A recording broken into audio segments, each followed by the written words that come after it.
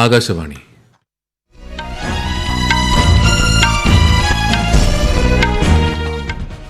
നമസ്കാരം. വാർത്തകൾ വായിക്കുന്നത് സുധീൻ സൈനുദ്ദീൻ.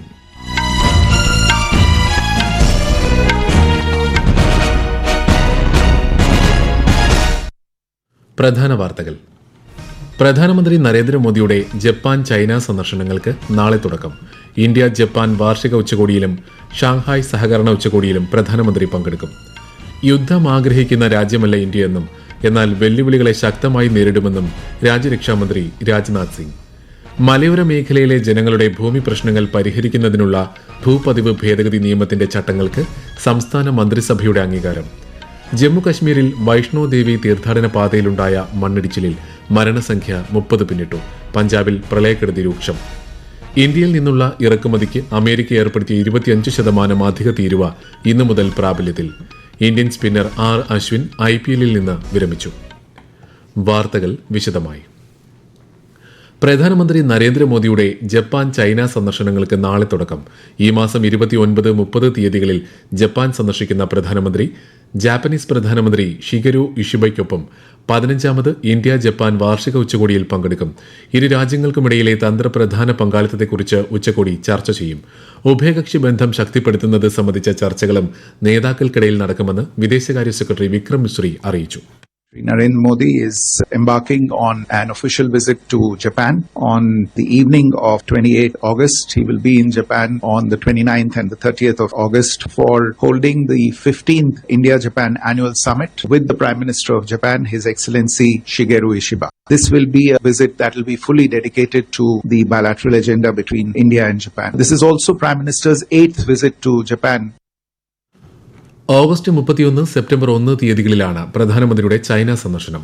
ടിയാൻജിനിൽ നടക്കുന്ന ഷാങ്ഹായ് സഹകരണ സംഘടനയുടെ 25ാമത് നേതൃതല ഉച്ചകോടിയിൽ അദ്ദേഹം പങ്കെടുക്കും. ചൈനീസ് പ്രസിഡന്റ് ഷീ ജിൻപിങ്ങിന്റെ ക്ഷണപ്രകാരമാണ് സന്ദർശനം. ഷാങ്ഹായ് രാഷ്ട്രത്തലവന്മാരുമായുള്ള ഉഭയകക്ഷി ചർച്ചകളും ഉച്ചകോടിയുടെ പശ്ചാത്തലത്തിൽ നടക്കും. ഇന്ത്യ ഒരിക്കലും യുദ്ധം ആഗ്രഹിക്കുന്ന രാഷ്ട്രമല്ലെന്ന് രാജ്യരക്ഷാമന്ത്രി രാജ്നാഥ് സിംഗ്. എന്നാൽ രാജ്യത്തിനെതിരായ ഏത് വെല്ലുവിളിയെയും ശക്തമായി നേരിടുമെന്നും അദ്ദേഹം പറഞ്ഞു. മധ്യപ്രദേശിലെ ആർമി വാർ കോളേജിൽ നടന്ന രൺ സംവാദ് പ്രതിരോധ സെമിനാറിനെ അഭിസംബോധന ചെയ്യുകയായിരുന്നു കേന്ദ്രമന്ത്രി.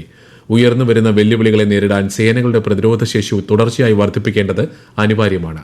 ആസൂത്രണത്തിലും സാങ്കേതിക വിദ്യയിലും മുന്നോട്ട് കുതിക്കുന്ന ഇന്ത്യ വരും കാലങ്ങളിൽ ആഗോള ശക്തിയായി ഉയർന്നു വരുമെന്നും ശ്രീ രാജ്നാഥ് സിംഗ് പറഞ്ഞു.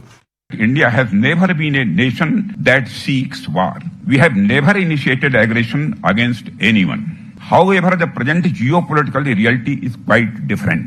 Even though we do not harbor any aggressive intent, if someone challenges us, it becomes imperative that we respond with strength. To do so, we must continuously enhance our defense preparedness.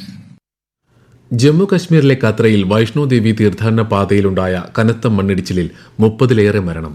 ദിവസങ്ങളായി തുടരുന്ന കനത്ത മഴയെ തുടർന്ന് ഇന്നലെയാണ് മണ്ണിടിച്ചിലുണ്ടായത്. CRPFന്റെ നേതൃത്വത്തിൽ രക്ഷാപ്രവർത്തനങ്ങൾ പുരോഗമിക്കുകയാണ്. മേഖലയിൽ കുടുങ്ങിക്കിടക്കുന്ന തീർത്ഥാടകർക്ക് അവശ്യ മരുന്നുകൾ ഉൾപ്പെടെ എത്തിക്കുന്നുണ്ട്. ദുരന്തത്തിൽ പ്രധാനമന്ത്രി നരേന്ദ്രമോദി ദുഃഖം രേഖപ്പെടുത്തി. കേന്ദ്ര ആഭ്യന്തരമന്ത്രി അമിത്ഷാ ജമ്മു കശ്മീർ മുഖ്യമന്ത്രി ഒമർ അബ്ദുള്ളയുമായി സംസാരിച്ച് എല്ലാ സഹായങ്ങളും ഉറപ്പു നൽകി. അതിരൂക്ഷമായ മഴക്കെടുതികളാണ് ജമ്മു കശ്മീരിൽ അനുഭവപ്പെടുന്നത്. കശ്മീർ മേഖലയിലെ അനന്തനാഗ്, കുൽഗാം, പുൽവാമ ഉൾപ്പെടെയുള്ള 6 ജില്ലകളിലെ വിദ്യാഭ്യാസ സ്ഥാപനങ്ങൾക്ക് ഇന്ന് അവധി നൽകി. പ്രതികൂല കാലാവസ്ഥയെ തുടർന്ന് ലാൻഡ് ലൈൻ, മൊബൈൽ ഫോൺ സേവനങ്ങൾ തടസ്സപ്പെട്ട നിലയിലാണ്. ജമ്മു ശ്രീനഗർ ദേശീയപാതയിലെ ഗതാഗതം തുടർച്ചയായ 2ാം ദിവസവും നിർത്തിവച്ചിരിക്കുകയാണ്. ജമ്മു കശ്മീരിലും ലഡാക്കിലും ഇന്ന് നടക്കാനിരുന്ന 10-12 ക്ലാസ് പരീക്ഷകളും മാറ്റിവച്ചു. രാവി, സത്ലജ്, ബിയാസ് നദികൾ കരകവിഞ്ഞൊഴുകുന്നതിനെ തുടർന്ന് പഞ്ചാബിൽ വെള്ളപ്പൊക്കം രൂക്ഷം.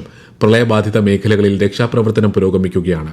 പഞ്ചാബിലും ഹിമാചലിലും ജമ്മുവിലും കഴിഞ്ഞ 3 ദിവസമായി തുടരുന്ന കനത്ത മഴയിൽ രഞ്ജിത് സാഗർ, പൊങ്, ഭാഖ്ര ഡാമുകൾ നിറഞ്ഞതിനെ തുടർന്ന് ജലം പുറത്തേക്കൊഴുക്കുന്നുണ്ട്.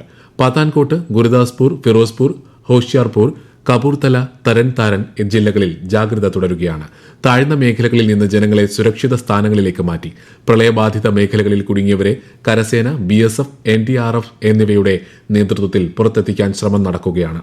ഹെലികോപ്റ്ററുകളും രക്ഷാപ്രവർത്തനത്തിനായി രംഗത്തുണ്ട്. പഞ്ചാബിലെ സ്കൂളുകൾക്ക് ഈ മാസം 30 വരെ അവധി പ്രഖ്യാപിച്ചു. കേന്ദ്ര പ്രതിരോധ മന്ത്രാലയം ക്വാളിറ്റി കൌൺസിൽ ഓഫ് ഇന്ത്യയുമായി ധാരണാപത്രം ഒപ്പുവച്ചു. പെൻഷൻ, ആരോഗ്യ സേവനങ്ങൾ, ക്ഷേമ പരിപാടികൾ എന്നിവ ശക്തിപ്പെടുത്തുന്നതിനാണ് ധാരണാപത്രം. വിരമിച്ച സൈനികർക്ക് തൊഴിലവസരങ്ങൾ, സംരംഭകത്വ അവസരങ്ങൾ എന്നിവ ഉറപ്പുവരുത്താനും ഇതിലൂടെ ലക്ഷ്യമിടുന്നു. ഈ വാർത്തകൾ ആകാശവാണിയിൽ നിന്ന്.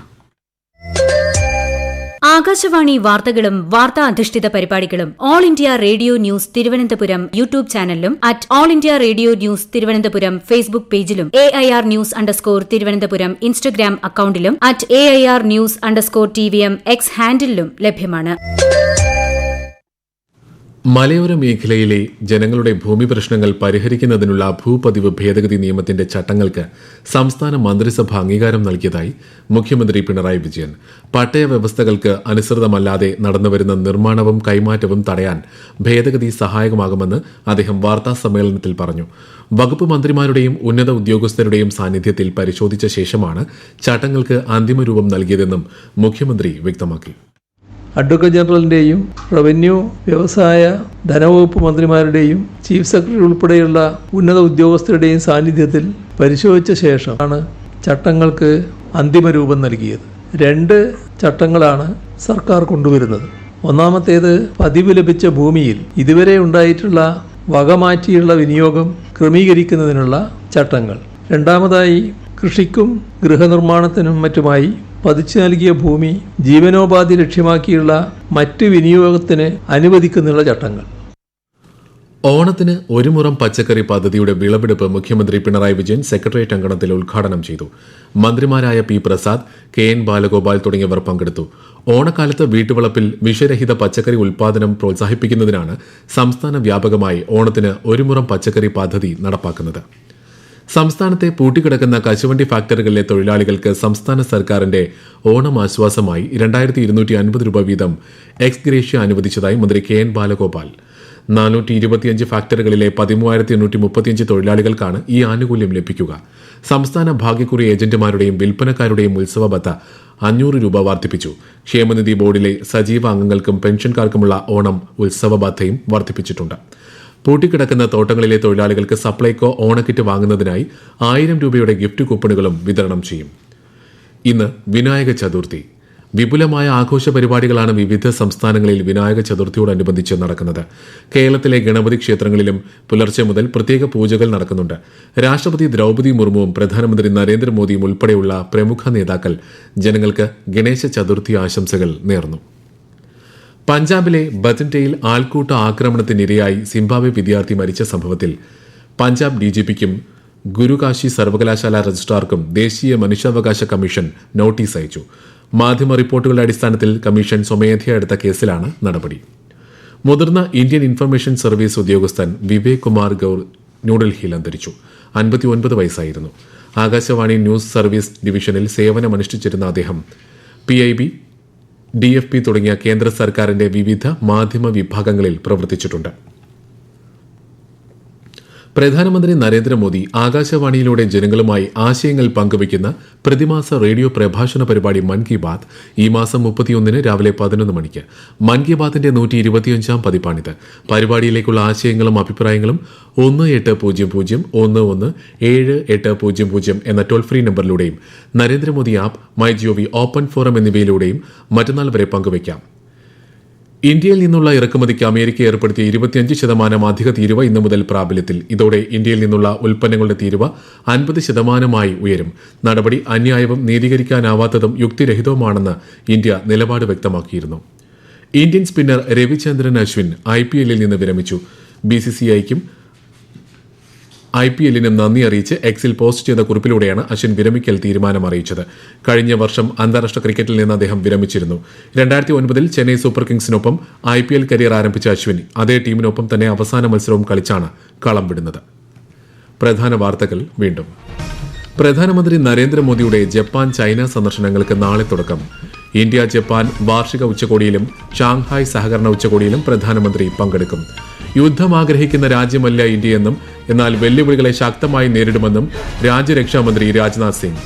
മലയോര മേഖലയിലെ ജനങ്ങളുടെ ഭൂമി പ്രശ്നങ്ങൾ പരിഹരിക്കുന്നതിനുള്ള ഭൂപതിവ് ഭേദഗതി നിയമത്തിന്റെ ചട്ടങ്ങൾക്ക് സംസ്ഥാന മന്ത്രിസഭയുടെ അംഗീകാരം. ജമ്മു കാശ്മീരിൽ വൈഷ്ണോദേവി തീർത്ഥാടന പാതയിലുണ്ടായ മണ്ണിടിച്ചിലിൽ മരണസംഖ്യ 30 പിന്നിട്ടു. പഞ്ചാബിൽ പ്രളയക്കെടുതി രൂക്ഷം. ഇന്ത്യയിൽ നിന്നുള്ള ഇറക്കുമതിക്ക് അമേരിക്ക ഏർപ്പെടുത്തിയ 25% അധിക തീരുവ ഇന്നു മുതൽ പ്രാബല്യത്തിൽ. ഇന്ത്യൻ സ്പിന്നർ ആർ അശ്വിൻ IPL-ൽ നിന്ന് വിരമിച്ചു. വാർത്തകൾ കഴിഞ്ഞു. അടുത്ത വാർത്താ പ്രക്ഷേപണം വൈകിട്ട് 6:30.